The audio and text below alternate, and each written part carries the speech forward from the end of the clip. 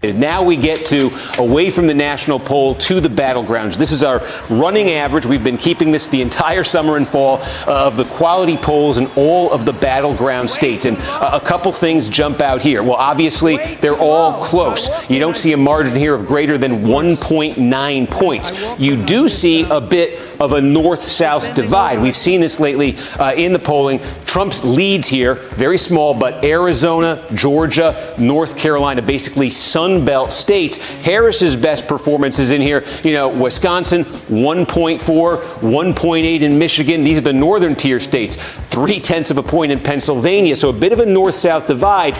And if that holds, if that cements, that is ultimately good news for Harris, because Michigan plus Pennsylvania plus Wisconsin, if there are no surprises outside of the battleground, would for Harris equal 270 electoral votes. If the action really is limited to the battleground, Donald Trump has to win one of those three northern tier battleground states where our averages continue to show Harris with slight leads in those states. But then that gets to the question, if there are no surprises outside of the core 7 battleground states that we have talked over and over about. And that is what the Des Moines Register poll really gets to. It's the question of what is happening in Iowa itself, because obviously you talked to Ann Selzer right there. One of the questions is, does this spill over to other states? Does this reflect something, if this is what's happening in Iowa, that might be happening in other states, maybe states we haven't been talking about, maybe some of the other battleground states? So a couple ways to look at this.